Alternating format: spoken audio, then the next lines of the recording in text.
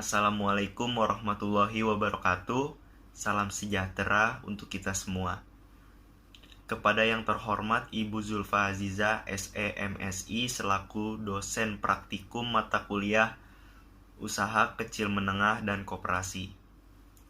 Perkenalkan, nama saya Muhammad Riza Zani selaku perwakilan dari kelompok 3 yang akan menjelaskan tentang materi perkembangan usaha koperasi unit desa. Sebelum saya memulai penjelasan, izinkan saya mengutip sebuah kalimat dari Imam Syafi'i.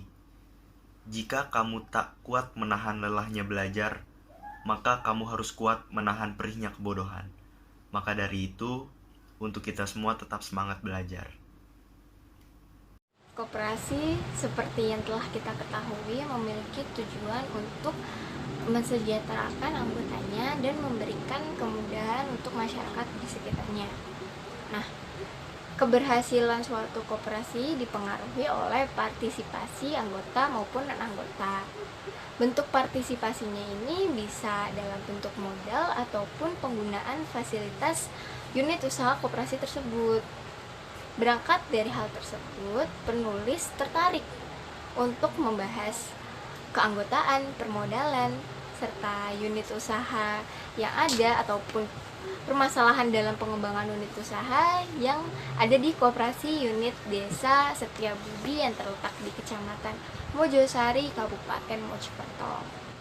Rumusan masalah: bagaimana sejarah pendirian koperasi secara umum, bagaimana keanggotaan dan ruang lingkup wilayah KUD Setiabudi, unit usaha apa saja yang dikembangkan KUD Setiabudi dan bagaimana permodalannya,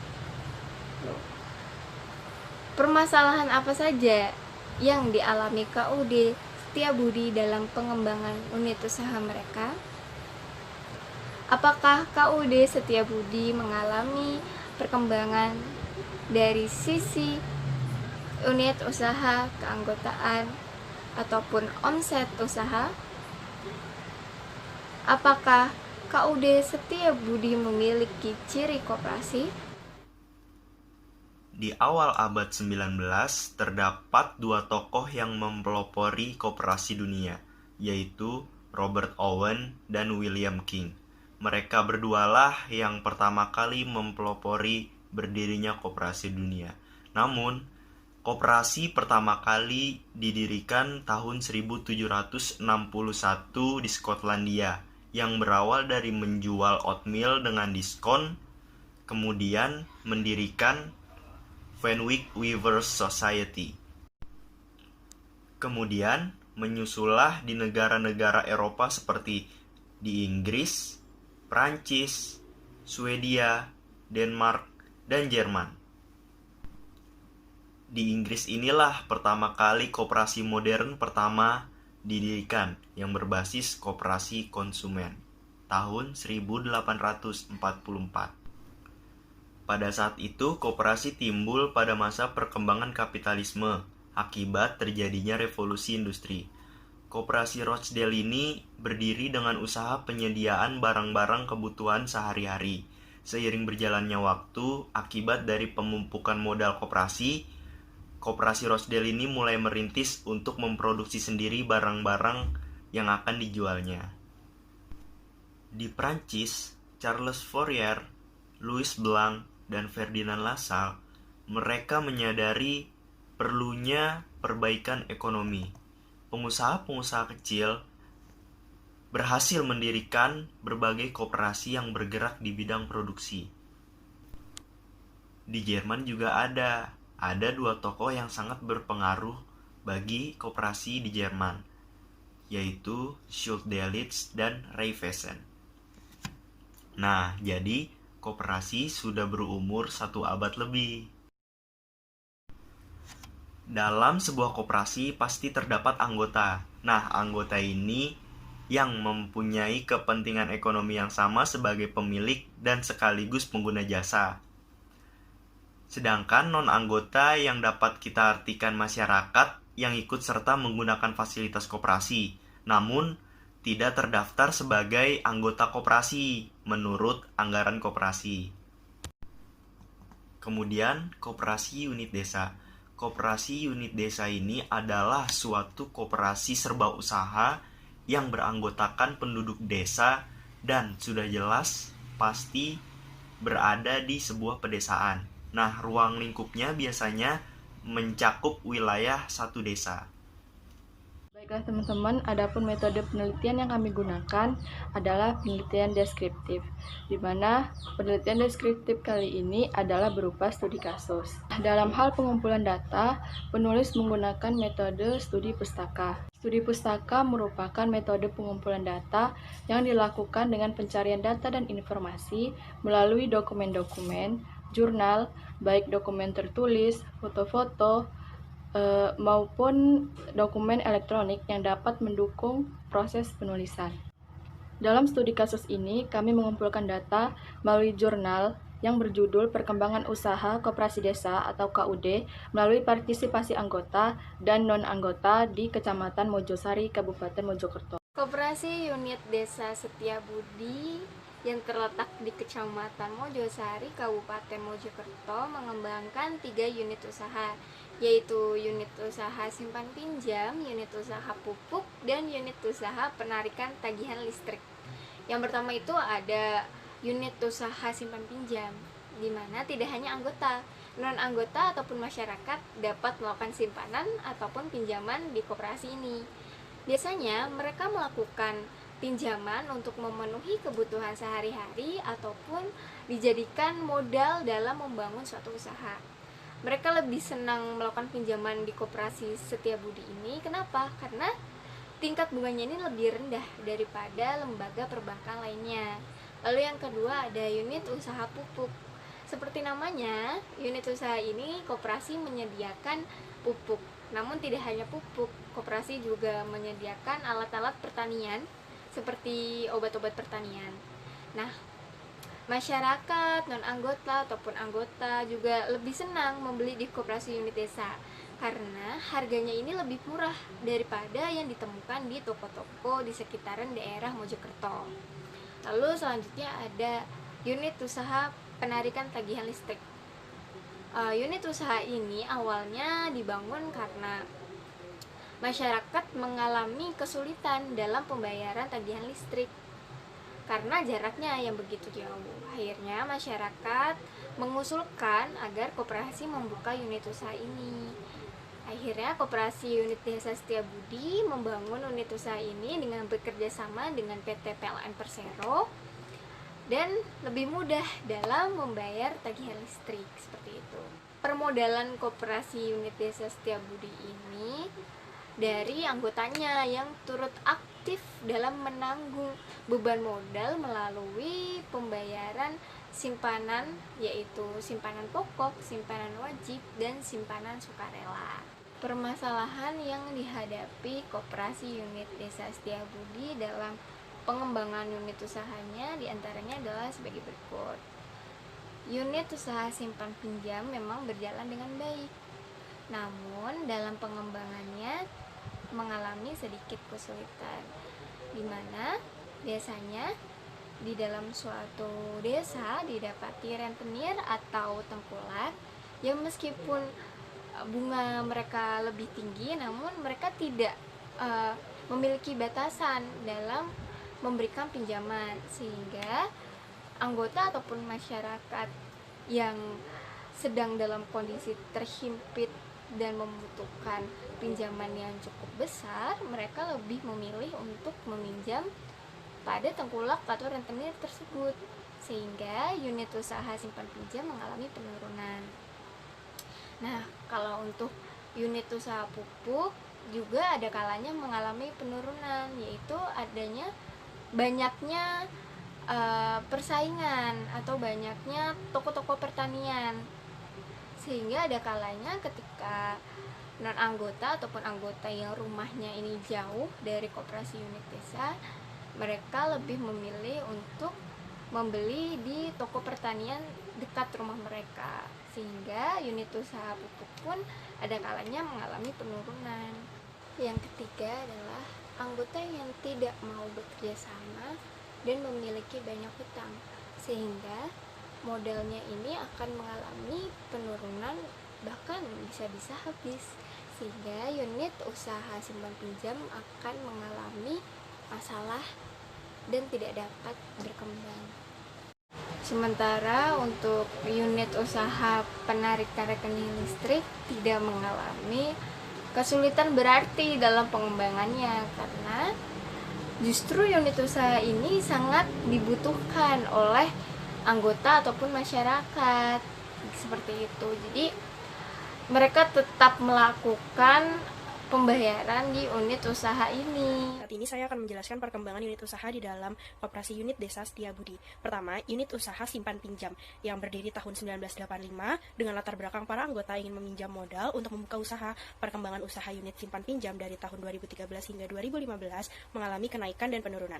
Penurunan karena banyak masyarakat wilayah KUD yang membuka jasa pinjam untuk masyarakat, walaupun bunga yang dibebankan sangat besar, namun mereka bisa mencairkan dana berapapun. Selanjutnya ada unit usaha pupuk. Berdiri tahun 1981, dilatar belakangi oleh banyak anggota koperasi yang berprofesi sebagai petani untuk memenuhi kebutuhan para anggota dan usaha pertanian, baik pupuk maupun obat-obatan untuk pertanian. Perkembangan usaha dari tahun 2013 hingga 2015 mengalami kenaikan dan penurunan. Penurunan ini disebabkan oleh banyak pesaing penjual pupuk yang berada di pasaran. Yang terakhir ada unit usaha penarikan rekening listrik yang berdiri tahun 1992, dilatar belakangi oleh permintaan anggota yang ingin dipermudah untuk pembayaran rekening listrik rumah. Usaha ini dinikmati oleh anggota maupun non-anggota atau masyarakat sekitar wilayah KUD Setiabudi. Unit usaha penarikan rekening listrik ini bekerja sama dengan PT PLN Persero. Untuk keanggotaan Koperasi Unit Desa Setiabudi, partisipan anggota KUD dapat dilihat dari seberapa banyak yang memanfaatkan unit usaha yang disediakan dan diukur dari rapat anggota tahunan atau RAT dengan memberikan pendapat serta ide. Partisipan non-anggota dinilai perlu untuk kemajuan KUD dilihat dari partisipan untuk memanfaatkan unit usaha yang disediakan oleh KUD. Walaupun partisipan non-anggota tidak terlalu memberikan bantuan secara besar, namun dapat memberikan pemasukan untuk unit usaha sehingga perkembangan usaha dapat berkembang serta meningkatkan pendapatan. Seperti yang sudah dijelaskan di atas, terdapat 3 unit usaha yang ada di KUD Setiabudi. Artinya, terdapat 3 sumber pendapatan atau omset usaha bagi KUD Setiabudi. Yang pertama, ada unit usaha simpan pinjam. Tahun 2013, perkembangan unit usaha ini memiliki pendapatan Rp899.977.560. Artinya, memiliki kenaikan Rp49.958.094 dari tahun 2012 atau naik 5,87%. Tahun 2014 memiliki pendapatan Rp371.391.294 sehingga terjadi penurunan sebanyak Rp24.586.266 atau 2,73 dari pendapatan tahun 2013. Tahun 2015, unit usaha ini memiliki pendapatan Rp1.999.368 yang dapat diartikan memiliki kenaikan Rp137.605.074 atau 15,71% dari tahun 2014. Unit usaha selanjutnya yaitu unit usaha pupuk. Tahun 2013 memiliki pendapatan Rp1.043.224.785, artinya memiliki kenaikan Rp328.638.399 dari tahun 2012 atau naik 45,99%. Pendapatan di tahun 2014 sebesar Rp1.145.986.255 terjadi kenaikan sebanyak Rp102.761.470 atau 9,85% dari pendapatan tahun 2013. Tahun 2015 memiliki pendapatan Rp1.125.461.449, artinya memiliki penurunan Rp20.524.806 atau 1,79% dari pendapatan tahun 2014. Unit usaha terakhir yaitu unit usaha penarikan rekening listrik. Tahun 2013 unit usaha penarikan rekening listrik memiliki pendapatan Rp453.851.603, artinya memiliki kenaikan Rp21.078.587 dari tahun 2012 atau naik 4,87%. Tahun 2014 memiliki pendapatan Rp474.648.793, sehingga terjadi penurunan sebanyak Rp20.797.190 atau 4,58% dari pendapatan tahun 2013. Tahun 2015 memiliki pendapatan Rp496.893.583 atau memiliki kenaikan Rp22.244.790 atau 4,68% dari pendapatan tahun 2014. Baiklah, selanjutnya hasil dan pembahasan yang keenam yaitu analisis koperasi setiabudi berbeda dengan CV, PT sebagai badan usaha sesuai dengan Undang-Undang Nomor 25 Tahun 1992. Adapun bunyi Undang-Undang Nomor 25 Tahun 1992 Pasal 1 yaitu badan usaha yang beranggotakan orang seorang atau badan hukum koperasi dengan melandaskan kegiatannya berdasarkan prinsip koperasi sekaligus sebagai gerakan ekonomi rakyat yang berdasarkan asas kekeluargaan. Kemudian bunyi Undang-Undang Nomor 25 Tahun 1992 Pasal 3 yaitu koperasi bertujuan untuk memajukan kesejahteraan para anggotanya dan masyarakat pada umumnya, serta ikut membangun tatanan perekonomian nasional dalam rangka mewujudkan masyarakat yang maju, adil, dan makmur berlandaskan Pancasila. Di sini bisa kita lihat karakteristik yang pertama yaitu sejarah. Secara umum koperasi itu tumbuh dari kalangan rakyat. Beberapa orang yang penghidupannya sederhana dengan kemampuan ekonomi yang terbatas terdorong oleh penderitaan dan beban ekonomi yang sama, secara spontan mempersatukan diri untuk menolong dirinya sendiri dan juga manusia sesamanya. Selanjutnya masih di karakteristik sejarah juga, yaitu untuk CV. CV itu secara umum adalah suatu bentuk badan usaha bisnis yang didirikan dan dimiliki oleh dua orang atau lebih untuk mencapai tujuan bersama dengan tingkat keterlibatan yang berbeda-beda di antara anggotanya. Nah, sedangkan karakteristik sejarah dari PT itu adalah organisasi bisnis yang memiliki badan hukum resmi yang dimiliki oleh minimal 2 orang dengan tanggung jawab yang hanya berlaku pada perusahaan tanpa melibatkan harta pribadi atau perseorangan yang ada di dalamnya. Selanjutnya, masih karakteristik keanggotaan untuk CV. Di CV ada 2 macam keanggotaan, yaitu anggota aktif dan anggota pasif. Nah, sekutu yang aktif merupakan anggota yang aktif dalam mengelola perusahaan, sedangkan sekutu yang pasif itu hanyalah anggota yang menanamkan modalnya saja. Sedangkan keanggotaan dari PT, tanggung jawab pemegang saham terbatas pada modal yang ditanamkan. Pengelola PT adalah dewan direksi yang diawasi oleh dewan komisaris. Dan dilihat dari karakteristik yang selanjutnya yaitu usaha dan tujuan. Usaha koperasi unit desa merupakan kegiatan-kegiatan koperasi yang dilaksanakan selain untuk mendapatkan keuntungan, juga untuk kepentingan dan kebutuhan anggotanya, dengan tujuan untuk memberikan kontribusi terhadap peningkatan ekonomi dan kesejahteraan anggota koperasi. Selanjutnya, usaha dan tujuan dari CV.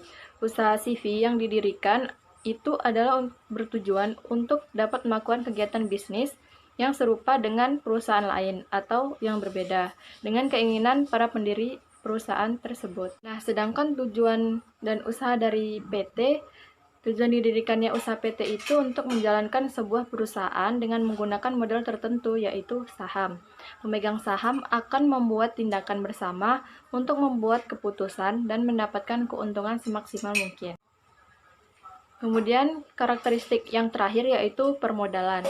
Partisipasi anggota koperasi unit desa Setiabudi di Kecamatan Mojosari turut serta menanggung beban modal. Beban modal yang ditanggung oleh anggota koperasi itu yaitu berupa membayar simpanan wajib, simpanan pokok, dan simpanan sukarela. Nah, kalau permodalan CV itu modal awalnya berasal dari 2 orang atau lebih sebagai pendirinya. Sedangkan permodalan PT, modalnya terdiri atas saham-saham yang pemiliknya memiliki bagian sebanyak saham yang dimilikinya. Nah, selain saham, modal PT itu dapat juga berasal dari obligasi. Keuntungan yang diperoleh para pemilik obligasi adalah mereka mendapatkan bunga tanpa menghiraukan untung atau ruginya PT tersebut. Berikut penjelasan dari kelompok kami. Terima kasih atas perhatiannya. Kurang lebihnya mohon maaf. Wassalamualaikum warahmatullahi wabarakatuh.